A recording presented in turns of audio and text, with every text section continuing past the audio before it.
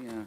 So since last meeting, I've attended a number of council meetings, citizenship ceremony, of various workshops, meeting with the Mayor specifically, a commercial and strategy meeting with GM, relieving GM, and Aoraki Stadium Trust meeting. I'll move those. Can I have a seconder for that? Thank you, Mayor Bowen. All those in favour? For, against, so carried. Moving to item 6 on here, and that's the minutes from the previous meeting. I'll take those as you've read and everyone's happy. Is there any discussion on those? Someone like to move them? Thank you. Yeah, Councillor Oliver and Councillor Pye. Okay, move those. All those in favour? Against? So carried. Moving to our report, 7.1, and we go to the action register update, and who's going to talk to that? I could speak to yes, that, thank you. Mr. Chair, if you'd like. So we only have, I believe we've got 4 or 5 actions on the register. The first of which is the adding policy prioritisation schedule to the hub.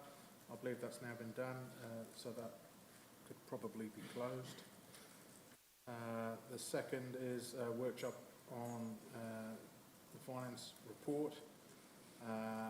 Council has requested that workshop and frequently asked questions on the finance report for further education.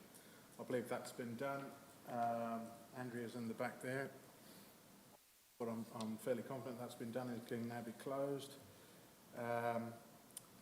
Third on the list is the addition of net interest and net debt effect to our reporting.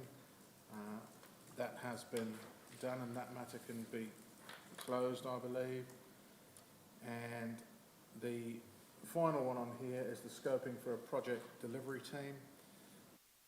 I believe there was a tentative start on this by HR, but it's been stalled, and we are looking to reboot this and come back to council later in the year or in the new year on or this committee on that.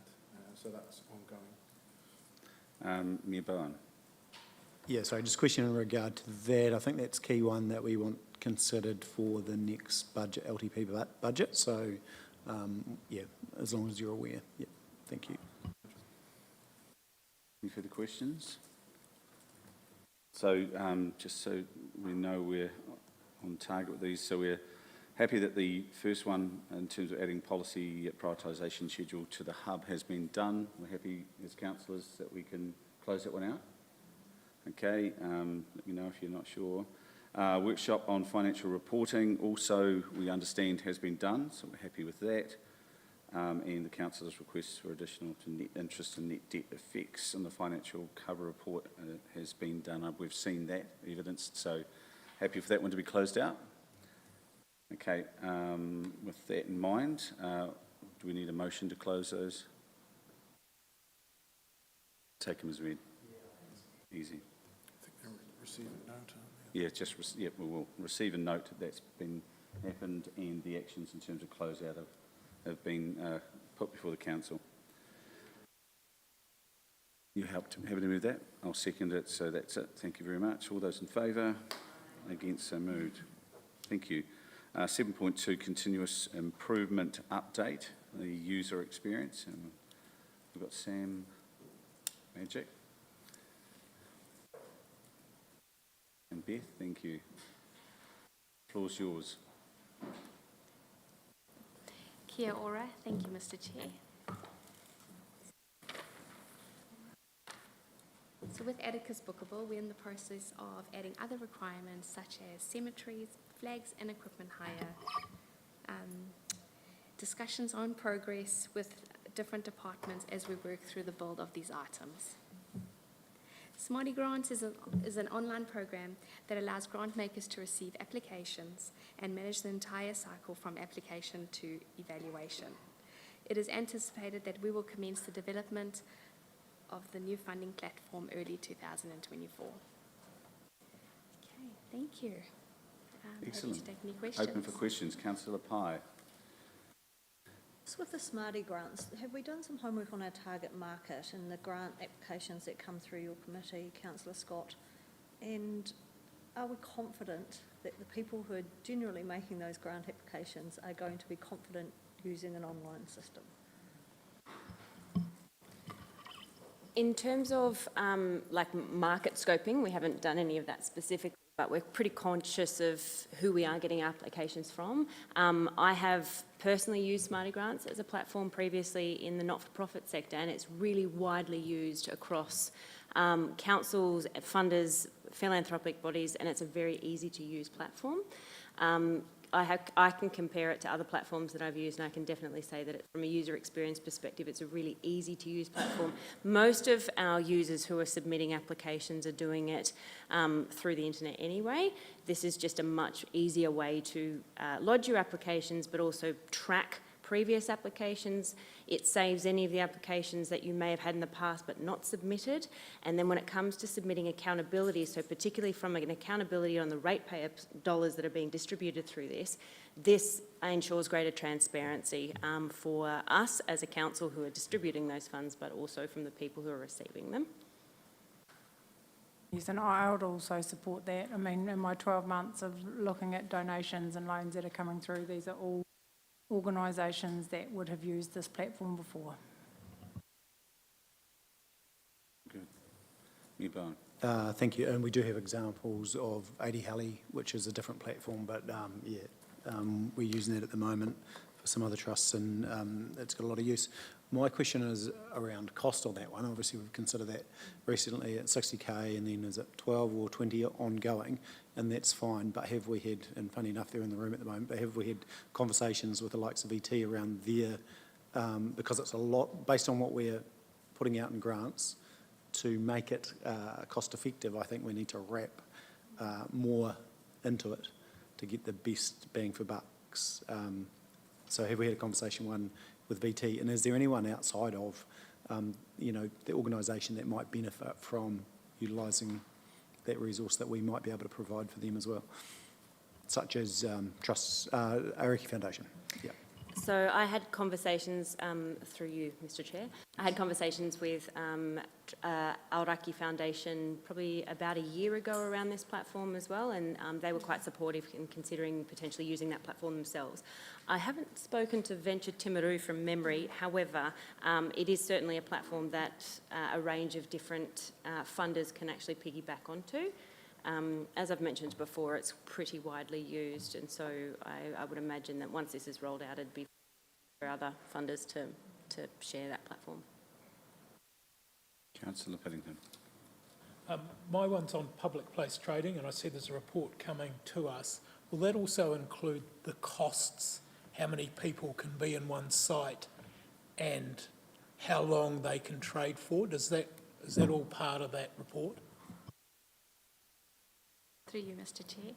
Yes, we are, as we're working through with our working group with the public place trading, we are going to be putting all those details in a report and submit it. We're just gathering more information so that, yeah. Councillor Jackson. I've used the Atticus bookable system for an event that we've got coming up down at Caroline Bay. And I did that with another charitable group, and I've got to admit, when I first started, I thought, oh God, but it was actually really, really easy. And the other charitable organisation that I was working with, she was a bit sort of as well. And once we'd both been through it, thought it was fantastic and so much easier for groups to be able to book those sorts of event spaces. So I encourage all the other councillors to take a look. It's really good, top notch. Excellent. Any further discussion? Moving on a second, thank you. Councillor Oliver, Councillor Pye. All those in favour? Against, so moved. Okay, 7.3 on page 17, Business Improvement District Strategic Plan and Memorandum of Understanding. Thank you. Through you, Mr. Chair. This matter is effectively good housekeeping before we go too much further into the LTP process, just to make sure that we've paved the way for this to happen. Vinci has authored the report, and she's here to answer any questions that you might have. Any questions from the councillors? Any quick comments you'd like to make, Vinzi, in regard to it? Yes, just to clarify, this was actually the last report Trudy Hurst wrote, and I helped to edit it. And it's just basically to present the MOU and also the strategic plan that was required as part of the policy. Should have been presented at the same time that the results of the consultation was done. We would put this in as just a one-liner in the revenue and finance policy, which we're going to workshop with you on the 21st. And we will not be going out for wider consultation on the principle of it, because all the affected parties have been consulted with, but it will be in the revenue and finance policy that is consulted, so that anybody can make a comment or a submission if they wish to. But as far as the policy, all requirements have been met, and it just needs the final tick so that we can actually put it in the draft revenue and finance policy. Based on that, any further questions? Okay, we have to receive a note, and there's 3 resolutions to that, underpinning that. Everyone read and understand those, and we're happy to do them as a group. Okay, so we have a mover, Councillor Parker, and a seconder, Councillor Pye. So that's the resolution to receive and note, and A, B and C of that recommendation. All those in favour? Excuse me, Mr Chair. Yeah. Receive and note the big strategic plan and MOU, and then resolve to accept. So we have to do those separately. Okay. So we'll receive a note. Thank you. And all those in favour? Against? So the first thing is we need to also resolve to accept the business or the bid strategic plan memorandum of understanding, which I think is the first thing anyway, which is done. So the second one is direct officers to provide the $120,000 targeted rate from properties. You're happy to do that? We'll move it as a separate resolution. So Councillor, I can't talk to you, and you've been very quiet. Councillor Parker? Yes. And Councillor Pye, thank you. All those in favour? Against? So moved. And the last one, direct officers to include this in the revenue and finance policy for the long-term plan 24 to 34. I'll move that. Have a seconder. Thank you, Councillor Jackson. All those in favour? Against? So carried. Thank you. Magic. We're moving along very quickly, and we've got no... You're allowed to talk now, Councillor Bird. Or can we have a moratorium? So we go to order of business 8. I have no matters of a urgent business or a minor nature. Was that? 7.4. No, we don't want to do that one. Finance report September 2023, and that's on page 34.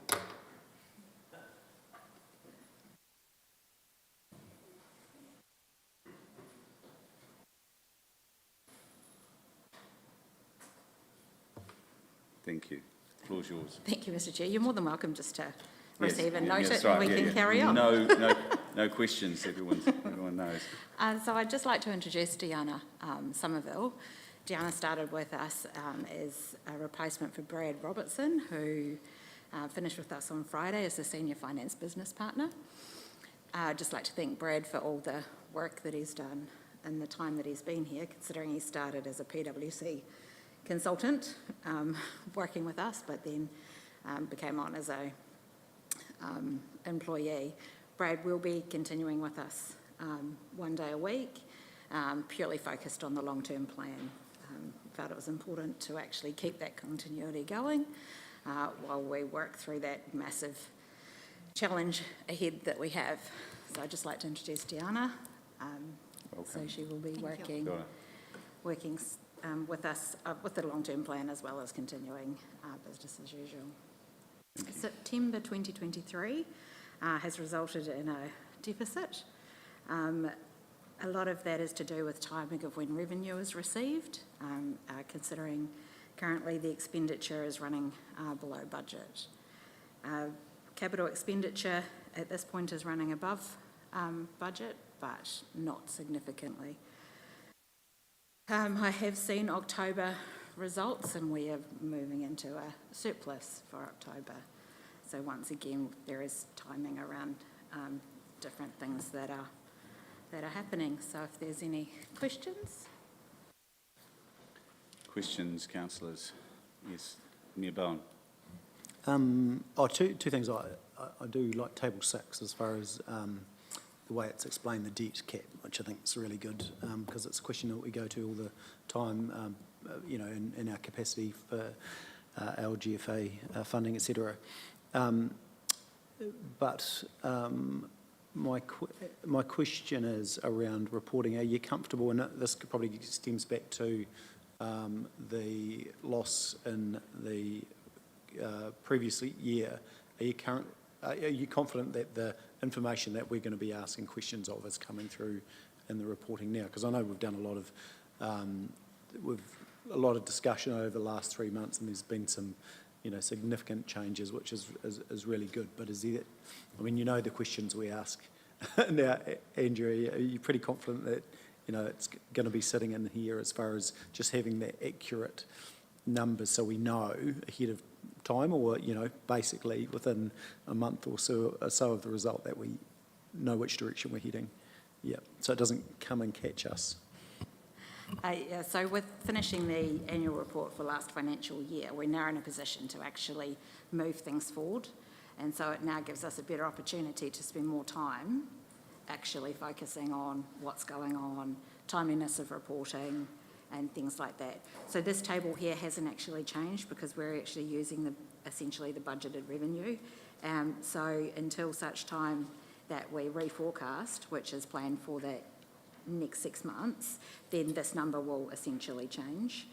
So it's whether or not this table, you know, we want it every time a report comes up, or whether or not it's essentially once we do a reforecast that we then essentially bring it back and then outline where the changes have been. So it's that kind of work in progress, the feedback and things like that we can then take going forward. Yeah. Councillor Booth. Does that explain the 4 corporate activities on page 41, 42, all the red ink? And in particular, I would have assumed that come the 1st of July, we would reset our numbers to reflect the actual real numbers of what it is costing. And I'm looking at, say, the finance cost at 669,000, which is over budget. So why was it not reset at the first to take into consideration the new cost of interest, the new cost of money, so as we're not getting these red numbers? Because are those red numbers there because we're actually using the long-term plan numbers, or? Essentially, when the budget's set on 30 June 2023 for this financial year, essentially that's locked in place. So when we go to do a reforecast at the end of December, after we've had 6 months worth of data, then we'll look to essentially adjust that going forward. But interest rates have not, and we would know what our interest profile is, so surely we can work that out, and plus take into consideration what the actual interest rates are, and put them in as of the 1st of July, because they haven't changed much. I guess the thing is once it's locked in place, then that's the budget. So essentially, you would only bring that stuff in once a reforecast is done. To actually do a reforecast is quite a bit of work, and then as obviously with the annual report being focus for the last 3 months, then this will get looked at over the next couple of months to then be brought in from 1 January. So that budget is locked in the 1st of July 23? Yes, it is. Yeah. Yeah, well, whatever that budget was, it's going to be out around about $2.4 million. And like, as I say, you would have known what the profile was, what our cost of money profile was. So, and also interest rates have actually stabilised, and that was back then. So I'm just surprised that we've got all this red ink, that's all. Sorry, through you, Mr. Chair, does balance with the finance revenue on the previous page. On 2.3. So you've got finance revenue on one and finance costs on the other, so it does balance itself out, although it is still in deficit.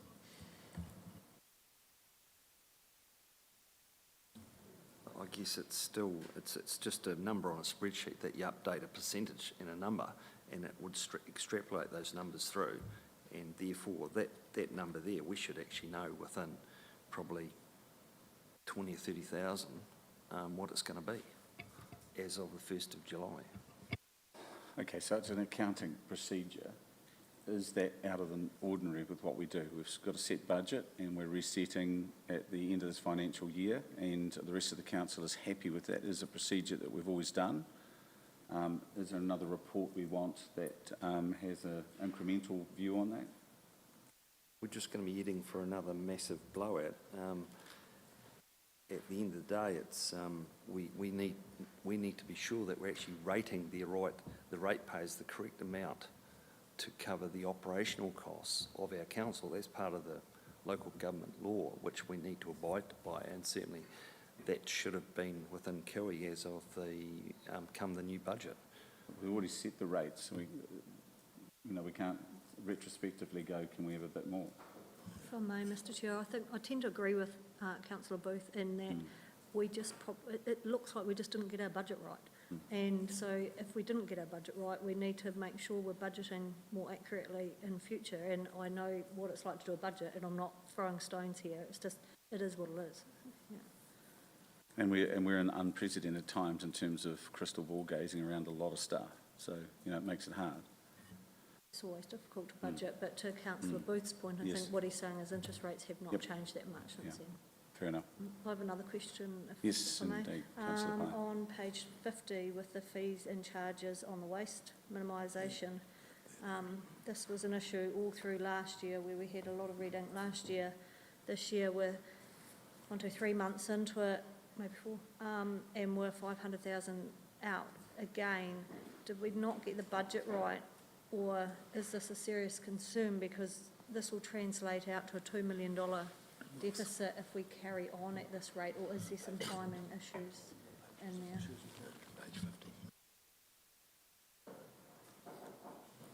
That I would have to get back to you about. Yeah. Andrew didn't hear that answer. Get back to us. Oh, yeah, because, it's my same question really, because that can end up at 500K for 3 months. It's $2 million. So did we get it wrong, or we're going to improve? Because that's a hell of a hole that we've got to find savings in other areas. And this is my point this morning. We weren't hard enough on this to start with and got answers, and we ended up in a hole. So to Michelle's point, we need to know, and if that is the case, we need to make savings somewhere else, surely, to cover that loss. So, Member. yeah, sorry, and to that point, actually, because we did have this discussion at the last budget, that we do, and we don't normally out of cycle, but we can actually change the fees. And something such as waste, I think we should be considering more often. So if we are, currently $500,000 down, then actually we need to do some pretty quick analysis. Is this an ongoing problem, and adjust the fees and charges sooner than later? So maybe that's an action item that needs to come out of that so this doesn't become, to your point, a $2 million hole come balance day next year. Fair enough. Councillor Pye. Sorry, I forgot to actually say at the start of that I'm really impressed with the changes that you've made to the reports, and second time in a row that I've had about one question rather than 10, so well done. Fantastic. Any further discussion? Okay, thank you. We will to receive and note that financial report for September 2023. Someone like to move that? Yeah, I'd like to note that, but can we have an action point? Maybe as a note to a second recommendation in regard to that waste, because it has been challenging for some years now, And we, what would the action be? It's not necessarily a report, we can't wait until next year. So we need to know now if there is a hole. Okay, so specifically an action point in relation to that to be dealt with in terms of understanding what's happening behind that amount? What's happening behind that closed door? Yes. No, an action point for, it's probably Andrea, it's for finance and infrastructure to have a really close look at, but we need to know that tomorrow. Sorry, not asking for too much at all, but you I think you've obviously, yeah, no, thank you. I can put it in the motion anyway, so, you know, receive a note with an action point around understanding specifics in relation to waste minimisation and the overspend or the budget deficit. So with that extra added in there, Councillor Booth would like to move that. Thank you. And a seconder. Say something. Oh, I was trying to stop you from saying it. I really think that we need to review that waste management contract, and this has all occurred since the change, and ever since we started with the new operator and the new contract, it's continually been an issue and over. So I want to know, I'd like to see that reviewed and have a look at see what's changed, because that's what's driving this. Okay, so let's understand where we're at, because as part of that understanding, that's going to develop exactly what you're saying. Once we get that, we can understand then, do we need to do a full review based on it? Are you happy with that? Okay, awesome. Through you, Mr Chair. Yes. It is a complex picture that probably Andrew's better placed to answer than I am, but if we are receiving lower tonnage than we budgeted for, there's a silver lining to that in that we're extending the life of the landfill itself, and that has a corresponding amount of money attached to it as well. So it's not quite as clear cut as it's presented here that we're just losing $500,000 on fees. We're actually gaining money in other respects in that we're extending the life of the landfill. So it is a complicated picture, but we're happy to look at it and come back. Yeah, we need to know the full picture, including carbon credit reduction and all that sort of thing. But the point well made. Someone like to move that? Mayor Bowen, thank you. And Councillor Pye. All those in favour? Against? So moved. Thank you, ladies. Very good report. Thank you. Didn't mention our compatriots down at the end there from the community groups with the work that you guys do, and when you come in here and see how some of your recommendations come to fruition. So again, I know one of your numbers have left, but Gay, Rosie and Michael, thank you for your attendance and today, much appreciated. With that in mind, I have nothing of an urgent matter or a minor nature, and we have exclusion of the public. We just have some minutes, so could someone like to move that we exclude the public? Councillor Oliver and Mayor Bowen, all those in favour? Against, so carried.